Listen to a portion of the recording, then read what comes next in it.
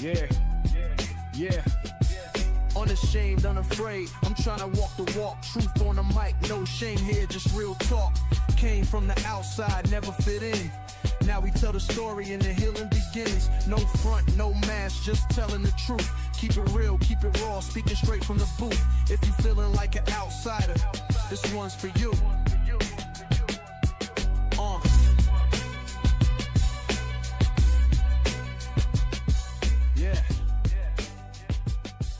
Yeah. Welcome to another episode of Unashamed Unafraid, unashamed of sexual addiction recovery, and unafraid of coming unto Christ for healing. Mason, what are the feelings that you want to run away from today? I love the way Jason put it before we're sitting here talking. What do you not want to check in with? What I don't want to check in today is that I acted out twice today. And I've just been running. That's real talk, man. Yeah. I don't want to check in on the conversation you and I had last night when I called you.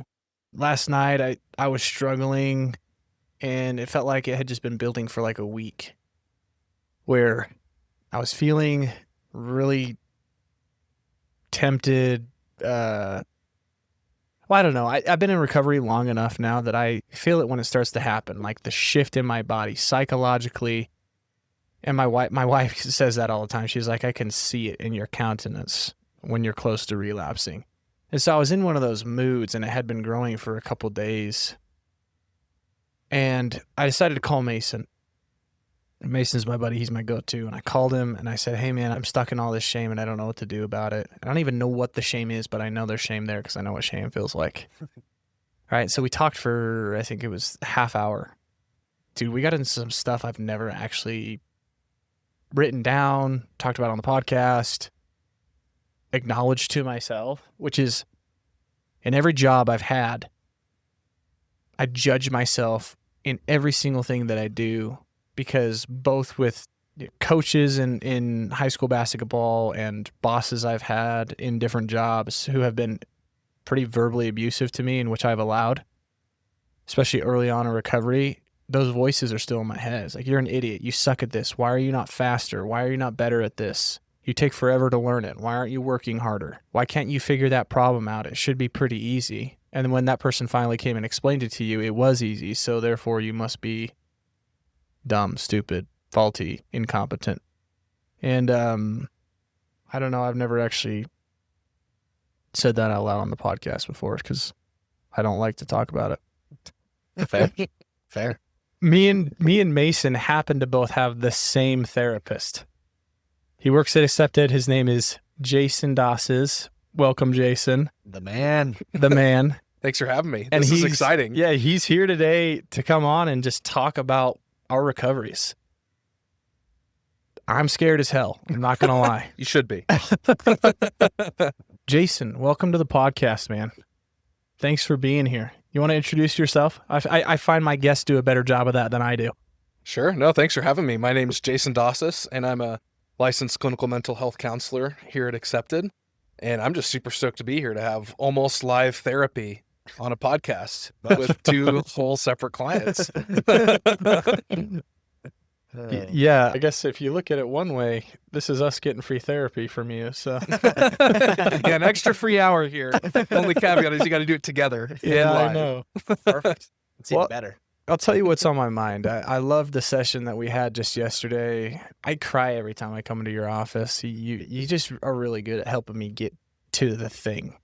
And yesterday, we broke a lot of things apart, and I think what I realized by the end is that it was just the beginning of something, some stuff I really got to work on. In fact, you even said as much towards the end of the session, like, hey, so just so you know, this, and this, like, that's where this is going to go from here, and we need to work on that, which was building a community, being able to rely on people and communicate effectively what I need from them. But that's the hardest thing for me. I've done a lot of inner child work and stuff like that to go back and to forgive my parents for the fair ignorance that they had about how to parent me. But there was a lot of hurt growing up. And I still find myself going back to this place where I kind of want someone to be my mom, you know, in a funny way. Like, I want you to come to me and help me figure out my emotions and what I need. And it's been a big source of frustration. I didn't even realize I was doing that until we talked yesterday. Because frankly, I think I just do this thing where I'm like, well, I'm too far along in recovery to still be struggling with that, right? Mm-hmm. But what were some of the insights that you had as we talked about where I am in that process and where we have to go from there? Yeah, well, I really appreciate you bringing your work here. And you too, Mason. This is a super vulnerable space to do that, so props for that. What I observed in you, Sam, is, and what I see in many clients is healing is twofold. There is always a part of us that needs to be rescued, or a trauma that needs to be healed, first and foremost. We've got to figure out what that is, go in and get the rescue, heal it. But then the second part is the empowering part. You can't just rescue. You have to rescue and empower. And so that's where you're at in your recovery in this stage is you've done the deep work. You've done a lot of it. Like you said, the inner child, you've been to Hawaii, you've done all of these different things. But now it's about taking that. You've basically only got a clean slate now.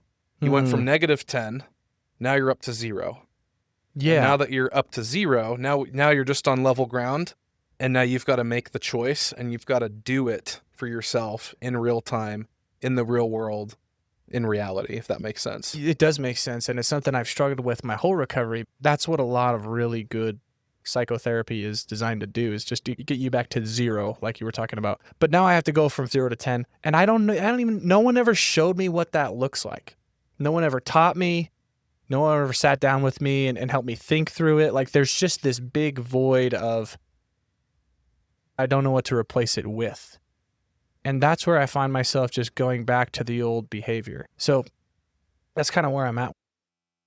We talked a little bit about community, and I'm curious if we can have a little bit of discussion surrounding what does it actually look like to go to someone and healthily ask for their help in getting one of your needs met? Because that was never a safe thing for me growing up.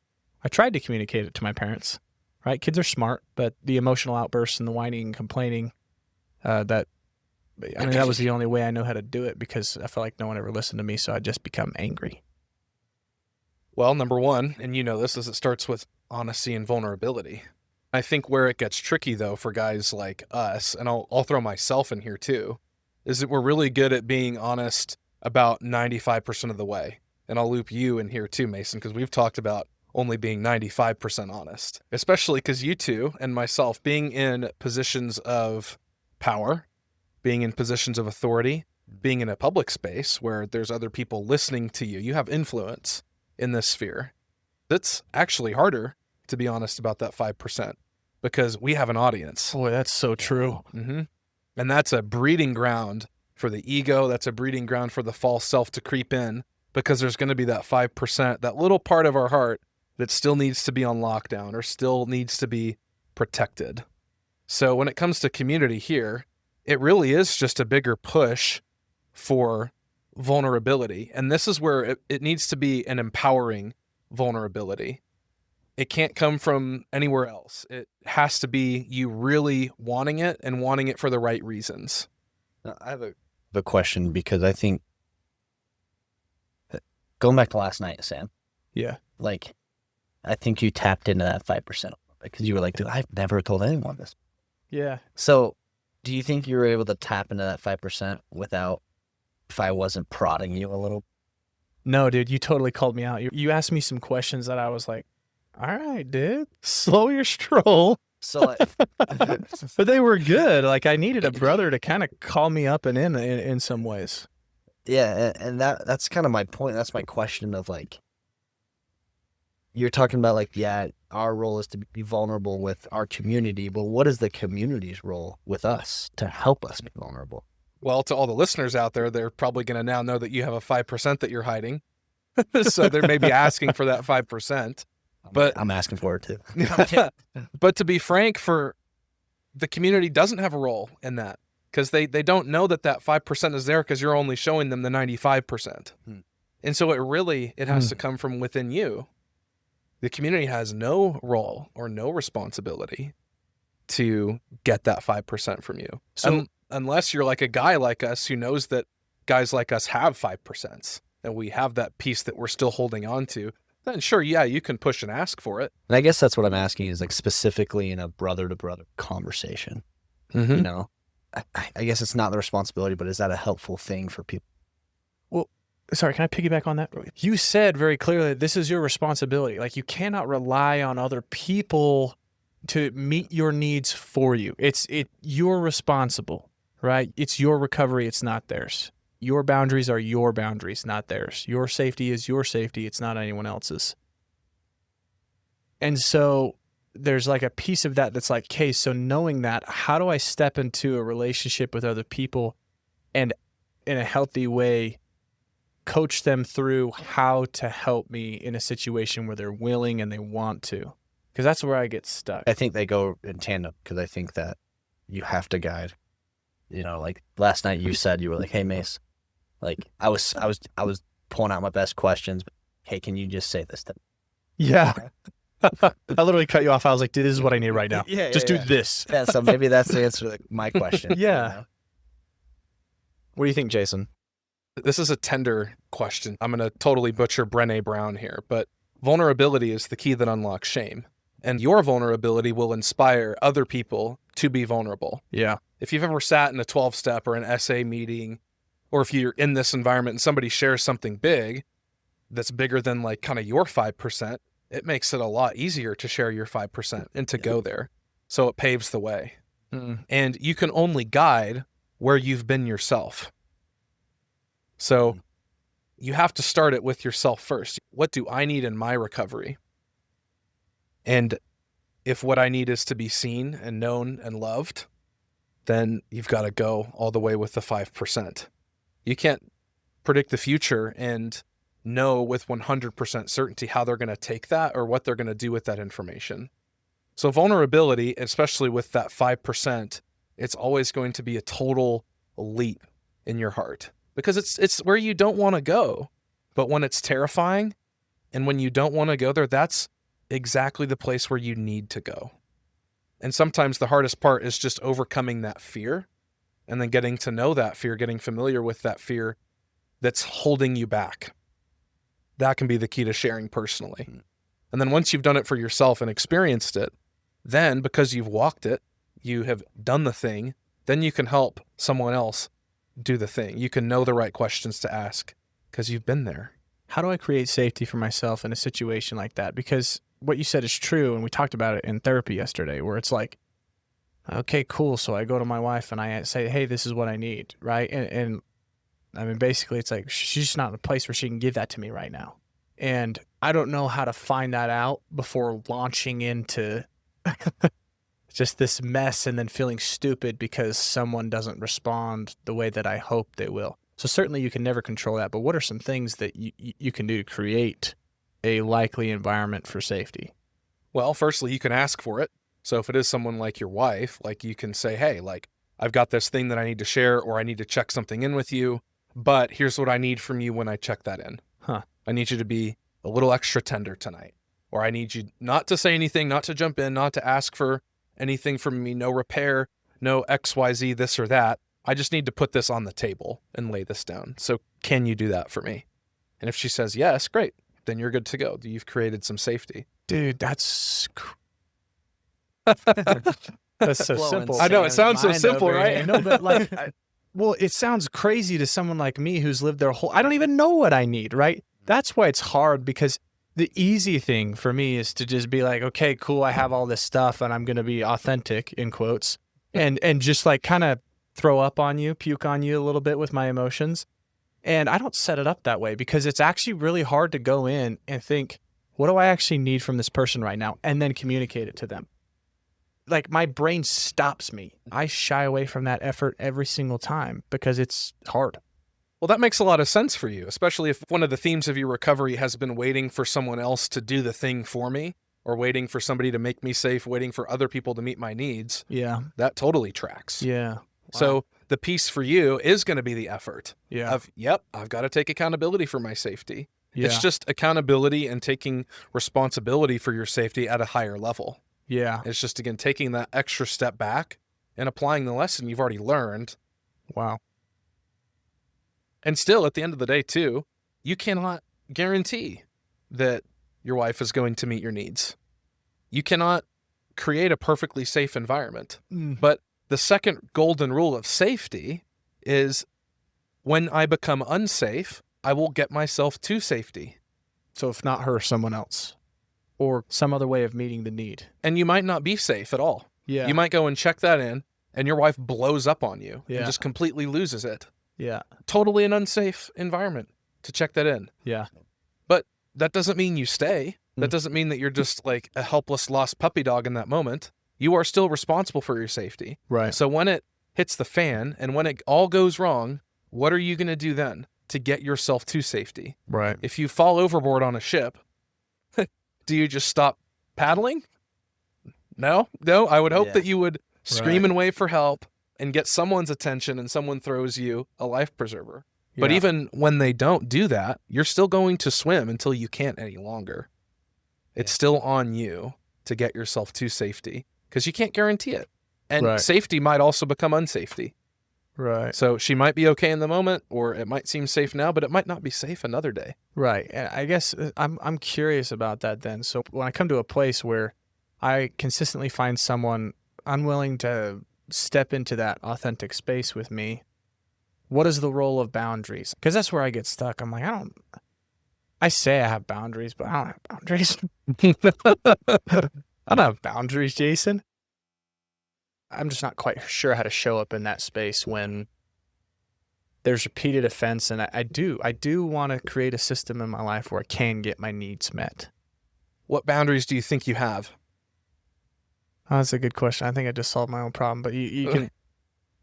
The boundaries I think I have are that when someone chooses to be rude,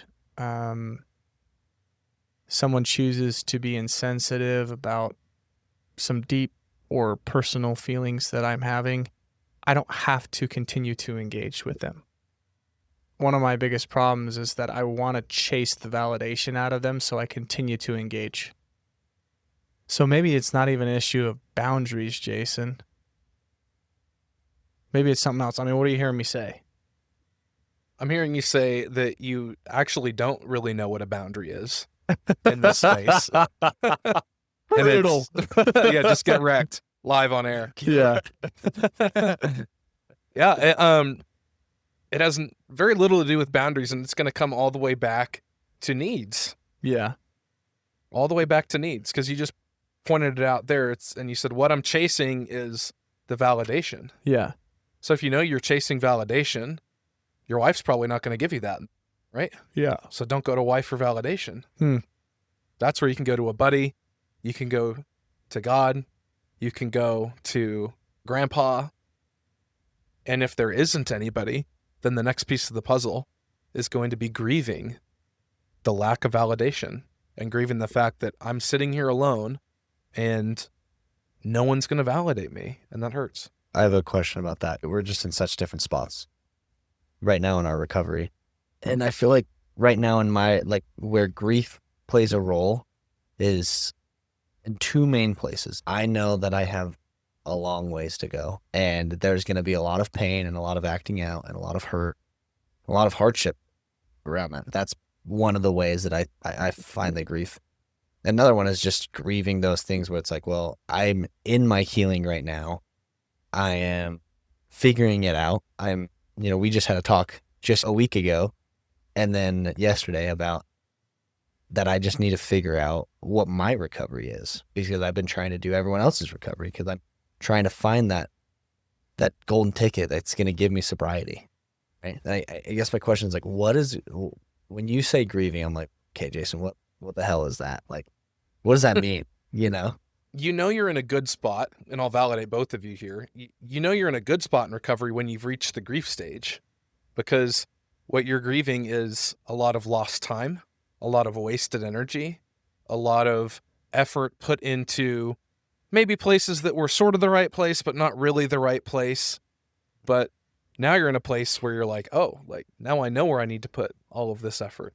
So it's sad. Like you can look back and admit that you've been searching for the silver bullet in recovery for Yeah. however long you've been doing it. That is sad. You should be upset about that. But beneath every anger, beneath every rage, beneath every frustration is a great and deep sadness, to quote Richard Rohr. So beneath that is the grief. You have to work through the rage. First, allow yourself to be angry about it, because you should. And sometimes we get misled. A lot of us have worked with other people too, and it's not that anybody's ever intentionally trying to mislead anyone. I've even worked with 3 other therapists in my lifetime and in my recovery, and each one had its place at a certain time. But then I still find myself later down the road at a place where I'm still not happy with where I am. Hence why you're where you're at right now. You're still not happy. You're wanting to go to the deeper layer. Yeah. So you got to grieve all the work that's been done that hasn't yielded the result that you would have hoped for in the timing that you would have hoped for. But I think it really just starts with, again, just allow yourself to have some feelings about that. You should be mad, and you should be upset, and you should be sad about that. So on top of that, I feel like there's this sitting with those feelings. Mm-hmm. I have a really difficult time sitting with uncomfortable feelings and not acting out. Mm-hmm. Yeah, that's the crux of it. And it makes me not want to go sit with those feelings, because I'm like, well, I'm just going to act out again. There is something to be said about recovery being emotional regulation and affect regulation, because at the core, we go to porn and we go to other things because we're uncomfortable. Yeah. At first, we don't realize that we're uncomfortable because we're either numb or we're in denial. But then we realize that, oh, I'm actually just really uncomfortable, or I'm really anxious, or I'm really sad and depressed, and I don't like this, so I need to find something. But yeah, that's essentially the fact, is oh crap, yeah, I'm uncomfortable, and I need to make a choice of how I'm going to deal with this discomfort.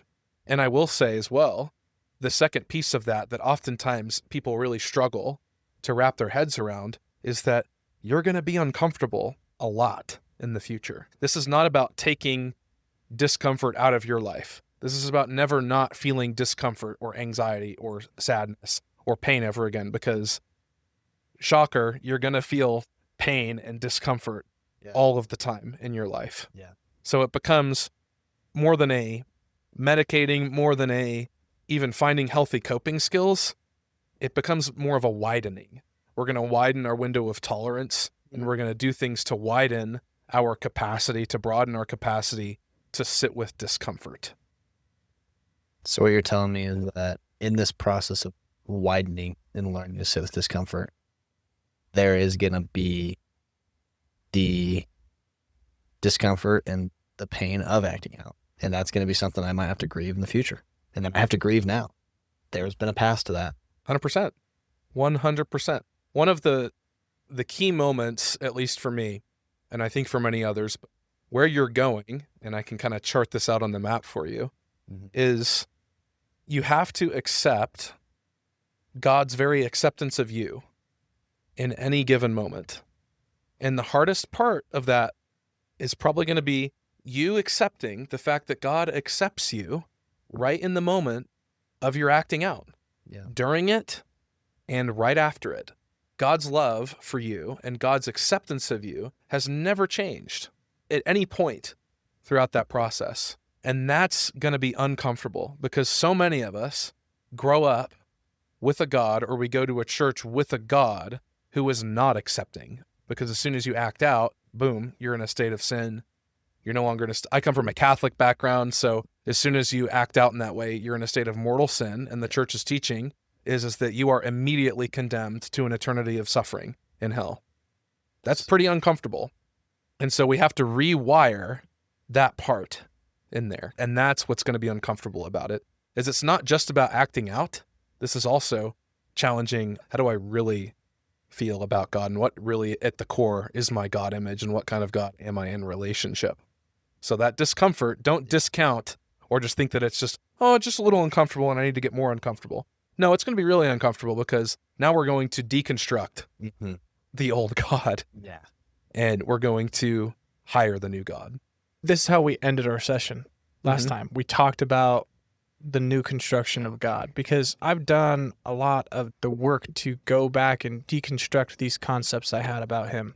Primarily that he was disappointed in me and angry / upset with my behavior constantly. Very shame-based, very judgmental version of God that I had created. And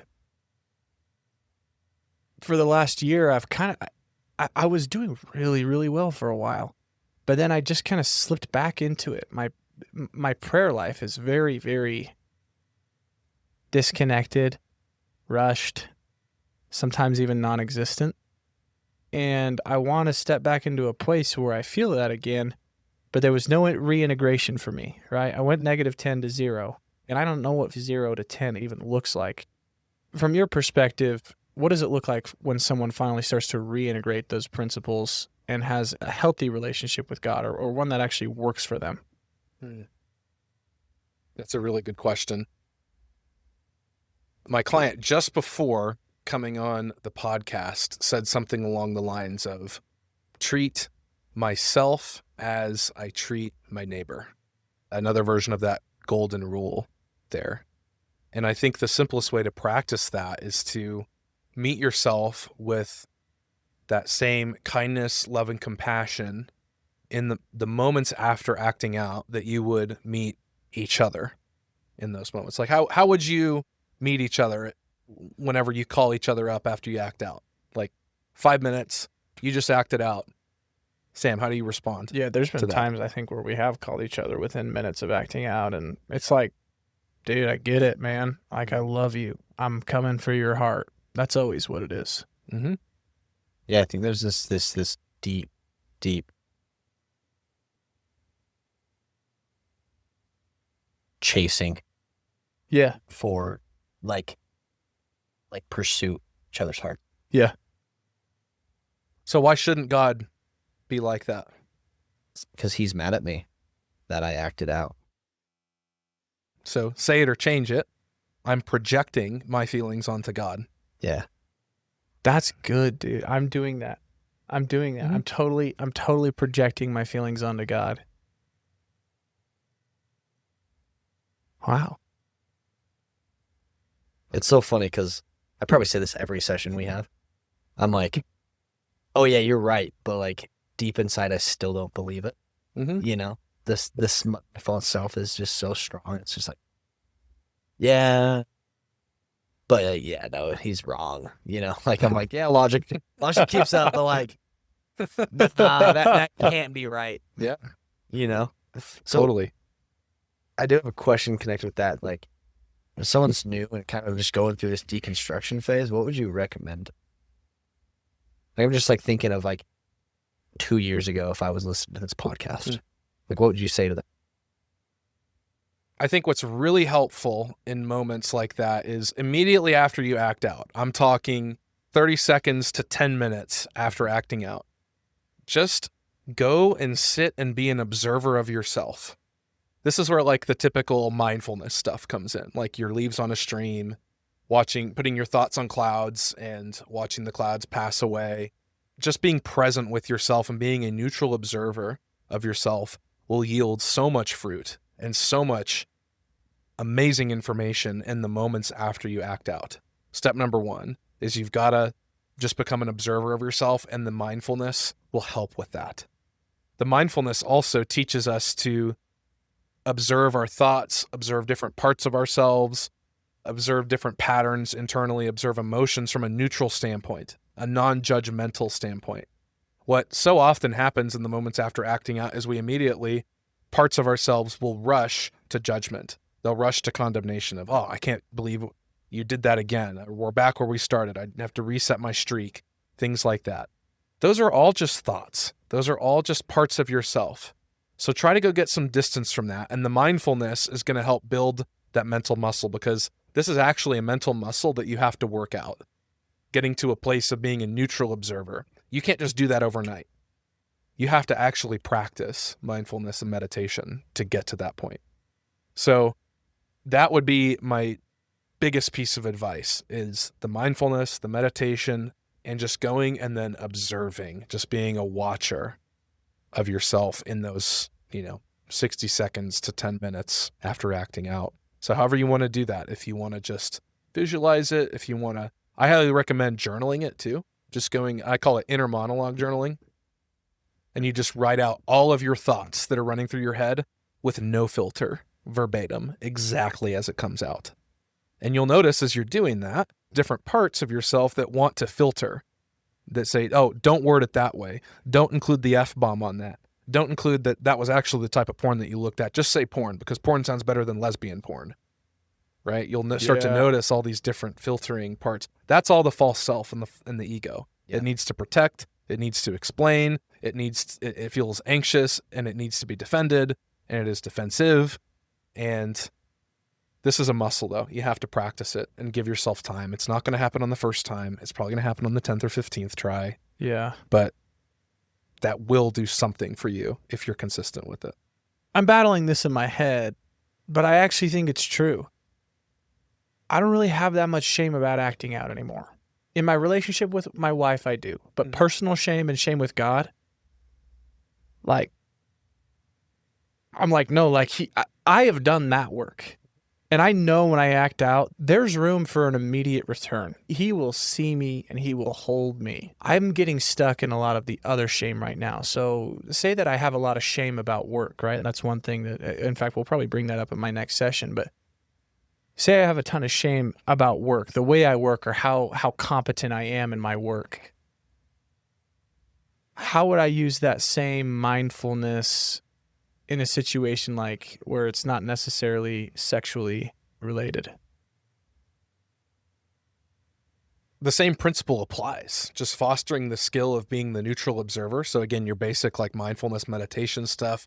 IFS parts work is a really good way to kind of metabolize and put some framework and vocabulary to this. But it's the same process, to be totally straight with you. So I would just be talking about when I'm feeling shame like this, I would be doing some of this inner dialogue work. Yeah, inner dialogue monologuing, or I just call it inner monologue. Okay, inner monologue. Man, I can't say that. Inner monologuing.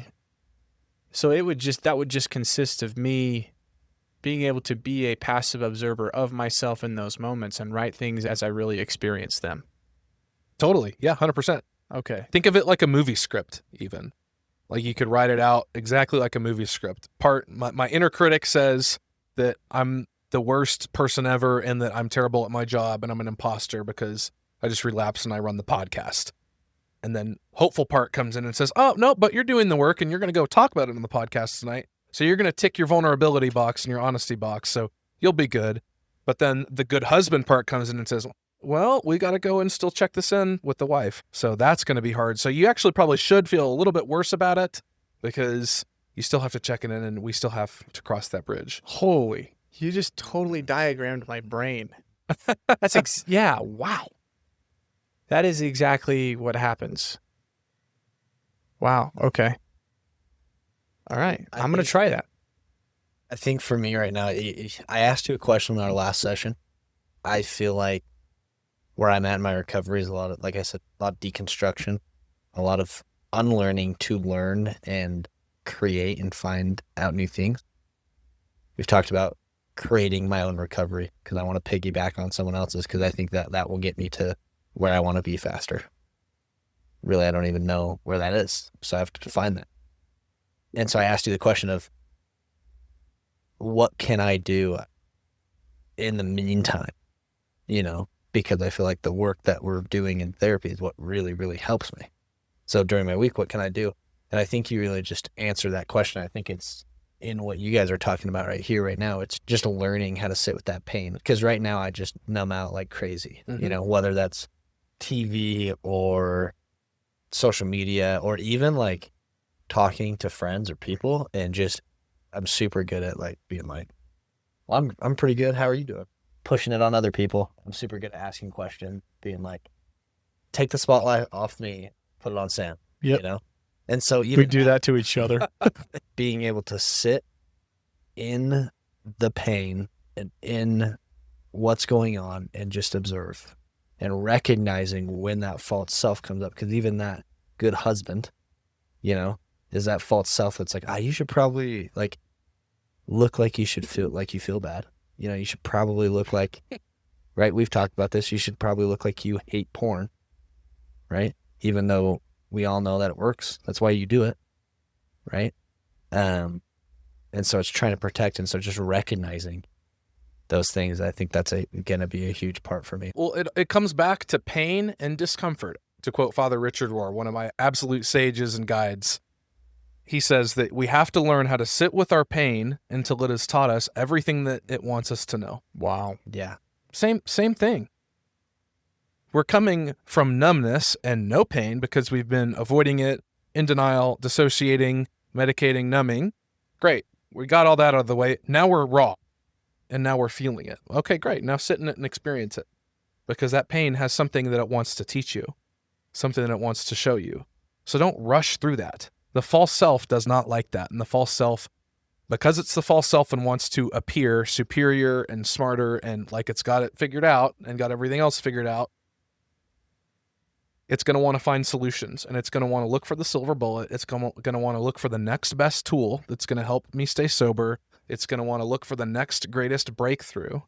What's funny about this is the false self wants this grand experience, wants this big thing. It wants the tool, the silver bullet. Yeah. Don't even waste your time looking for the silver bullet. The point is to sit in it. It's not exciting. In fact, it's pretty boring and pretty plain, and it's often not what we want to hear. But the answer is just to sit with it and just to feel it, to experience it in its fullness. Yeah. And what's beautiful about that is that's exactly what God does with us 24/7, all the time. He's been doing it since the beginning of time. God respects our free will so much and loves us so much that he just lets us do whatever the heck we want. And he lets us sit. He allows us to sit and to suffer. He allows pain to come into this world in egregious, like awful, horrible ways. He allows it. Yeah. Why? I don't know why he allows it. But I know a God that wastes nothing and that uses everything. Absolutely everything. We have to give ourselves that same grace. We have to allow ourselves to experience the pain and allow ourselves the transformation that comes with that. That's fantastic. Just be open to what the pain has to share with you and has to know. That's so funny you say that, because in my head I was like, I hate that answer. Yeah, sure. God has a wide capacity for pain. And so we can too. We have to have a wide capacity and a big holding space for pain and discomfort. That's what it really means to become more like God-like, or to become closer to Christ, or become more like Christ, is to broaden your ability to hold pain and to hold things that are seemingly contradictory or paradoxical. Something's come up for me right now that is just speaking to me, is like what we were saying when our calls are just like pretty much a really relentless pursuit of each other's heart. Now I'm able, like, just in that moment, I was able to see a little bit of how this recovery journey and pain is a relentless pursuit from God for my heart. I look at it and I just want to, we've talked about this right and wrong. I want to put everything in this black and white, right and wrong. If it doesn't feel good, then it's bad. If it feels good, then it's good. But I'm starting to realize that it's that messy middle, it's that gray, and it's that hard pain where God wastes not and shows me with everything he has and everything that I've gone through just how much he loves me. And that's a necessary part, is that I have to feel that pain. There's something exalting in that pain. Jason, any final thoughts? What are you hearing us say? I think you both are at a really beautiful and critical juncture of your recovery, where you're both going to choose a recovery that's actually for you. And this is where the recovery starts to feel and look different, and things start to stick in a bigger way, because it's no longer about recovery where you guys are at. It's about everything. We're talking big picture. It's about God. It's really fun to watch you both go about it in totally different ways. But you guys are asking the hard questions. I mean, that's really the meat of it, is continue asking the really hard questions. Challenge the notion of God. Like, dig at these questions. Don't just accept like stuff that just comes in, or like what you've been taught. And that, I would send that out to any of our listeners too, is don't just accept what everybody's saying or what you've been taught. Like, allow yourself to ask some questions and challenge and explore some of these things, because life is lived in the gray, the messy middle. That's a great way to put it. Like, this is about learning to become human in the messy middle, because that's where you're going to spend the rest of your life. This isn't about getting into right or wrong. This isn't about trying to get into left or right, or holy or unholy, sinful or clean or pure or whatever. This is just about becoming more human, because that's the life we're living. We're living a human life. We're living a human life. Yeah. Jason, thanks for hopping on, man. I think it went really well. Really fun to be able to talk about the deep and meaningful stuff with the therapist who is helping us go through it. We love you, man. Love you guys too. This is fun, man. If you guys are interested in working with Jason, that's Jason Dausses. He works at Accepted Therapy. I've had 13 or 14 therapists at this point, believe it or not. As a 26-year-old, I'm pretty picky. And I just think that he has some insights and some methods, especially in a one-on-one setting, that I've really enjoyed. I feel like we're doing some really good work right now. So again, that's Jason Dausses at Accepted Therapy. Thanks for listening, guys. Join us in the bonus content to hear Jason walk me through a live inner monologue journal. You can find us on social media at Unashamed Unafraid. And guys, if you've been thinking about it for a while, this is a great opportunity to become an outsider. We subsist solely off donations, so every bit counts. Head over to unashamedunafraid.com/donate. Rate us a 5-star on Apple Podcasts and Spotify. That'll help us move our mission forward.